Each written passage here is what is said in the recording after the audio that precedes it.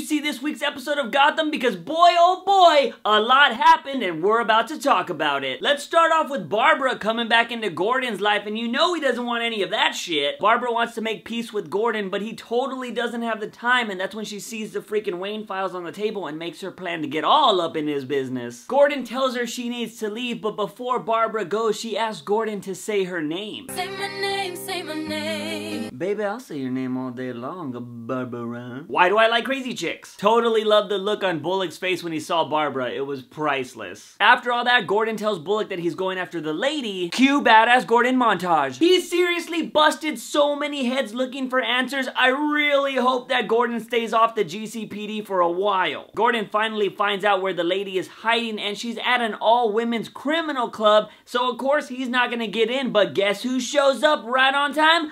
Barbara. And this is where the mind fucking begins. 1, Barbara is hella sexy. No matter how much I've hated her throughout this whole show, she has always been drop dead gorgeous sexy. 2, she tells Gordon that she wants to help, so your brain starts telling you, oh, maybe Barbara's a good girl again. 3, she starts talking to the lady about all the crazy things she's done, and your brain starts telling you, wait, maybe Barbara's faking being good. 4, she betrays Gordon by putting a freaking knife to his throat and then starts licking his ear like, no.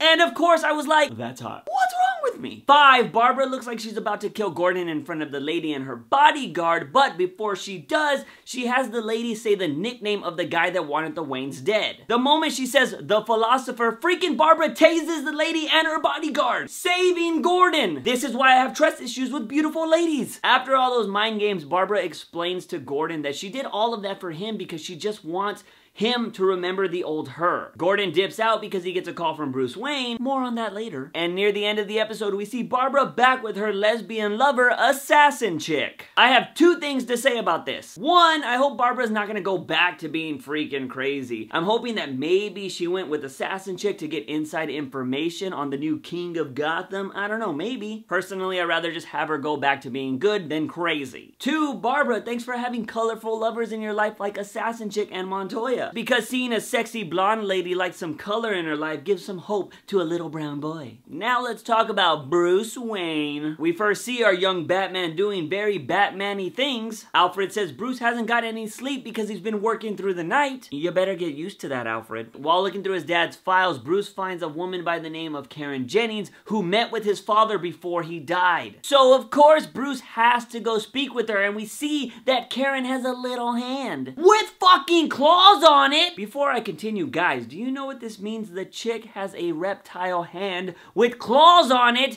Could we be getting Killer Croc in future seasons? Anyways, after Karen explains to Bruce what happened to her at Pinewood, he convinces her to take him there. And that's when shit gets cray. Because Hugo Strange knows someone's looking for Karen, and he sends some goons to find her. They show up to Pinewood when Bruce and the gang is there, and they got worked. Karen straight up slices a dude's throat, and Alfred pops caps in the other one. But the cops show up and everyone gets arrested. That's when Bruce calls Gordon. Bruce told Karen that he would do anything to protect her, so they start coming out with a plan to break her out of jail. Gordon has Bruce get some money so they can use it as a distraction to steal the truck that Karen is being transported in. After they drive off, Bruce tells Karen that he has arranged to keep her safe, and that is when she tells him that Thomas Wayne, his father, is the one that created Pinewood. I don't think I've talked about Pinewood, but basically it was Indian Hill before Indian Hill was Indian Hill. Anyway, she said that Thomas Wayne started Pinewood, but he didn't have intentions of it becoming what it became. So when he found out that they were doing crazy experiments, he shut it down. That conversation gets quickly interrupted by Mr. Freeze in his freaking new Freeze suit. Freaking Hugo Strange was like, yo, Freeze, you want to get out of that freaking room you're in? I got your badass suit ready to go. I need you to kill somebody. Homeboy goes out there and he's all like, what's up? And he's about to freeze everybody, and Gordon's all like, ka-cha, ka-cha, ka-cha. Alfred joins up and he's like, bah, bah, bah, bah, bah. Freeze is freaking bulletproof. Karen, not wanting Bruce to get hurt, sacrifices herself to Freeze, and he's all like, shh, and he fucking hits her, and she breaks into a million pieces. Bruce is like, no! But Gordon and Alfred grab him and throw him behind a truck because Freeze throws a freeze bomb and he's like, peace out, bitches! Back at Wayne Manor, Bruce learns that he's gonna have to deal with loss if he's gonna continue going after the philosopher. That's when Lucius Fox shows up and he's like, yo, I got this photo, check it out. Your dad's homeboy is the philosopher. We find out it's Hugo Strange and that pisses Bruce off because he's like, that was his friend. His friend is the one that betrayed him? That's not right! Let me just put another pin in that Batman model because who has trust issues? Batman, and that is totally why